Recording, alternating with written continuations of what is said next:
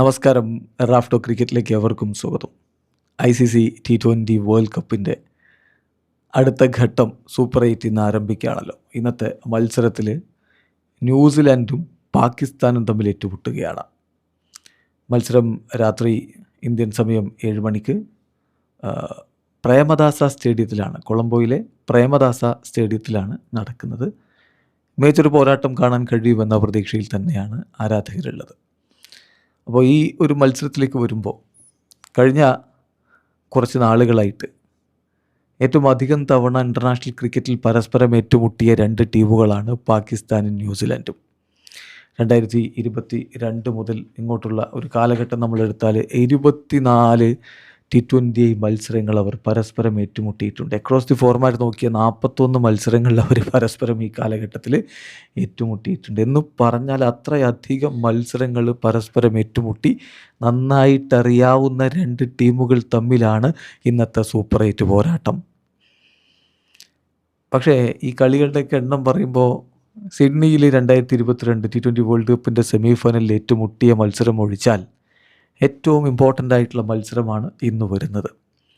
എന്ത് സംഭവിക്കും എന്നുള്ളത് നമുക്ക് കാത്തിരുന്ന് കാണാം. ഇവിടെ ന്യൂസിലാൻഡിനെ സംബന്ധിച്ചിടത്തോളം ഒരു ചലഞ്ച് എന്ന് പറയുന്നത് വെന്യൂവിലെ മാറ്റമാണ്. ഇന്ത്യയിലാണ് അവരുടെ ഗ്രൂപ്പ് സ്റ്റേജ് മത്സരങ്ങൾ കളിച്ചത്. ചെന്നൈയിലും അഹമ്മദാബാദിലുമായിട്ടാണ് അവർ കളിച്ചത്. സോ എന്ത് സംഭവിക്കും? കാരണം സീം ആൻഡ് സ്പിൻ മിക്സ് പ്രധാനമായിട്ടും സീമിന് പ്രാധാന്യം കൊടുത്തുകൊണ്ടാണ് അവരിവിടെ ടീം ഇറക്കിക്കൊണ്ടിരുന്നത്. മിച്ചൽ സാന്നറാണ് അവരുടെ ഒരേ ഒരു ഫ്രണ്ട് ലൈൻ സ്പിന്നറായിട്ട് ഈ മത്സരങ്ങളിൽ കളിച്ച്. രജിൻ രവീന്ദ്രയും ഗ്ലെൻ ഫിലിപ്സും ഒക്കെ അവരുടേതായിട്ടുള്ള കോൺട്രിബ്യൂഷൻസ് നൽകിയിട്ടുണ്ട് എന്ന് മാത്രം. കൊളംബോയിൽ ഈ ബാലൻസ് നേരെ തിരിയും. സ്ലോ ബൗളർമാർക്ക് കൂടുതൽ പ്രാധാന്യം കൊടുക്കേണ്ടി വരും. പാകിസ്ഥാൻ അതാണ് അവിടെ ചെയ്തുകൊണ്ടിരിക്കുന്നത്. അപ്പോൾ സാന്നർക്കൊപ്പം മറ്റൊരു പ്രധാനപ്പെട്ട സ്പിൻ ബൗളറെ കൂടി ഇറക്കേണ്ടി വരും. ഇഷ് സോദി വരുമോ എന്നുള്ളതാണ് കണ്ടറിയേണ്ടത്. അവരുടെ ബാറ്റിംഗ് കിടിലൻ ഫോമിലാണുള്ളത്. ന്യൂസിലാൻഡിൻ്റെ ഫിനാലനും സിഫേർട്ടും ഒക്കെ നല്ല രൂപത്തിൽ ബാറ്റ് ചെയ്യുന്നു. പിന്നെ രവീന്ദ്ര, ഫിലിപ്സ് അവരൊക്കെ നല്ല രൂപത്തിൽ തന്നെ മുന്നോട്ട് പോയിട്ടുണ്ട്. പക്ഷേ ഈ രണ്ട് ടീമുകളെ നമ്മൾ എടുക്കുമ്പോൾ നമുക്ക് മനസ്സിലാക്കാൻ പറ്റുന്നൊരു കാര്യമുള്ളത്, ഈ രണ്ട് ടീമുകളും അവരവരുടെ ഗ്രൂപ്പുകളിൽ ചെറിയ ടീമുകളോട്, അസോസിയേറ്റ് ടീമുകളോട് ഗംഭീര പ്രകടനം നടത്തി. പക്ഷേ വലിയ ടീമുകളോട് ആ മികവിലേക്ക് എത്താൻ പറ്റിയില്ല എന്നുള്ളതാണ്. ഇവിടെ ശ്രദ്ധിക്കേണ്ട ഒരു കാര്യം, ന്യൂസിലാൻഡിന് ഈ 4 ഗെയിമുകളിൽ ആകെ നഷ്ടപ്പെട്ടത് 14 വിക്കറ്റുകളാണ്. എന്ന് പറഞ്ഞാൽ second fewest of any side in this tournament. Batting മികച്ചതാണ് എന്നർത്ഥം. ന്യൂസിലാൻഡിനെ പോലെയല്ല പാകിസ്ഥാനെ സംബന്ധിച്ചിടത്തോളം ഈ ഗ്രൗണ്ടിനെ കുറിച്ച് അവർക്കിപ്പോൾ നല്ല ധാരണ, ഈ ഗ്രൗണ്ടല്ല ഈ സിറ്റിയെക്കുറിച്ച് അവർക്ക് നല്ല ധാരണയായി. അവരുടെ 4 മത്സരങ്ങളിൽ 3 കളിച്ചത് SSCയിലാണ്. എന്നാൽ ഇന്ത്യക്കെതിരെയുള്ള മത്സരം ഈ RPSലാണ്, പ്രേമദാസ സ്റ്റേഡിയത്തിലാണ് കളിച്ചിട്ടുള്ളത്. അപ്പോൾ ഏതായാലും ഈ സിറ്റിയെക്കുറിച്ച് കൃത്യമായ ധാരണ, അവരുടെ ഒരു ഹോം ഗ്രൗണ്ട് പോലെ അല്ലെങ്കിൽ ഹോം വെന്യൂ പോലെ അവർ കളിച്ചു വരുന്ന ഒരു ഗ്രൗണ്ടിൽ വീണ്ടും കളി വരുന്നു എന്നുള്ളതിൻ്റെ ഒരു ആത്മവിശ്വാസം അവർക്കുണ്ട്.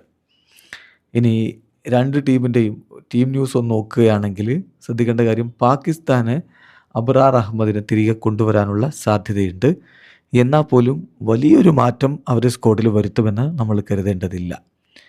അവർ എങ്ങനെയാണ് നമീബിയക്കെതിരെ മസ്റ്റ് വിൻ ഗെയിം കളിച്ചത്, ഓൾമോസ്റ്റ് ആ സ്ക്വാഡിനെ തന്നെ നിലനിർത്താൻ സാധ്യതയുണ്ട്. ബട്ട് അബ്രാർ അഹമ്മദ് തിരികെ എത്തിയേക്കാം എന്ന് മാത്രമേ പറയാൻ പറ്റുള്ളൂ. അത് ഉറപ്പിച്ച് നമുക്ക് പറയാൻ പറ്റില്ല. ഏതായാലും അവരുടെ ഒരു പ്രോബിൾ ലൈനപ്പിലേക്ക് പോയാൽ ഷൈബ്സാദ ഫർഹാൻ മികച്ച ഫോമിലാണ്. ഒപ്പം സെയ്ം അയ്യൂബ്, പിന്നെ സൽമാൻ അലി ആഗ, ബാബർ അസം, ഖോജ നഫായി, ഷദബ് ഖാൻ, ഉസ്മാൻ ഖാൻ, പിന്നെ മുഹമ്മദ് നവാസോ അല്ലെങ്കിൽ ഫഹീം അഷ്റഫോ കളിക്കും. പിന്നെ സൽമാൻ മിർസ, ഉസ്മാൻ താരിഖ്, അബ്രാർ അഹമ്മദ്. ഇതാണ് നമ്മൾ പ്രതീക്ഷിക്കുന്ന അവരുടെ ഒരു 11. അതേസമയം ന്യൂസിലാൻഡിൻ്റെ ഭാഗത്ത് ലോക്കി ഫെർഗൂസൻ സ്ക്വാഡിലേക്ക് എത്തുന്നു. അദ്ദേഹം പാറ്റേണിറ്റി ലീവൊക്കെ കഴിഞ്ഞ് ഇന്നലെ ശ്രീലങ്കയിൽ എത്തിയിട്ടുണ്ട്. അപ്പോൾ അദ്ദേഹത്തെ സ്ക്വാഡിൽ എങ്ങനെ ഉൾപ്പെടുത്തും എന്നുള്ളതാണ് അറിയേണ്ടത്. അതുപോലെ തന്നെ ഒരു സ്പിൻ ബൗളർ അഡീഷണലി അവർക്ക് ഈ ഉൾപ്പെടുത്തേണ്ടതുണ്ട് ശ്രീലങ്കൻ കണ്ടീഷൻസിനനുസരിച്ച് കളിക്കാൻ വേണ്ടി. അതിനുവേണ്ടി അവർ എന്ത് ചെയ്യും? ഒരു പക്ഷേ ഈ സോദി ഈ T20 വേൾഡ് കപ്പിലെ ഫസ്റ്റ് ഗെയിം കളിക്കാനുള്ള സാധ്യതയുണ്ട്.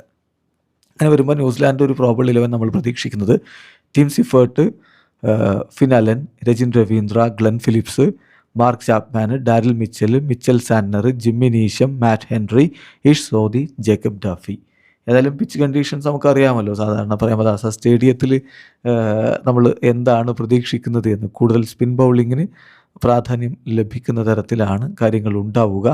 മികച്ചൊരു മത്സരം നമുക്ക് കാണാൻ പറ്റുമെന്ന പ്രതീക്ഷയിൽ കാത്തിരിക്കാം.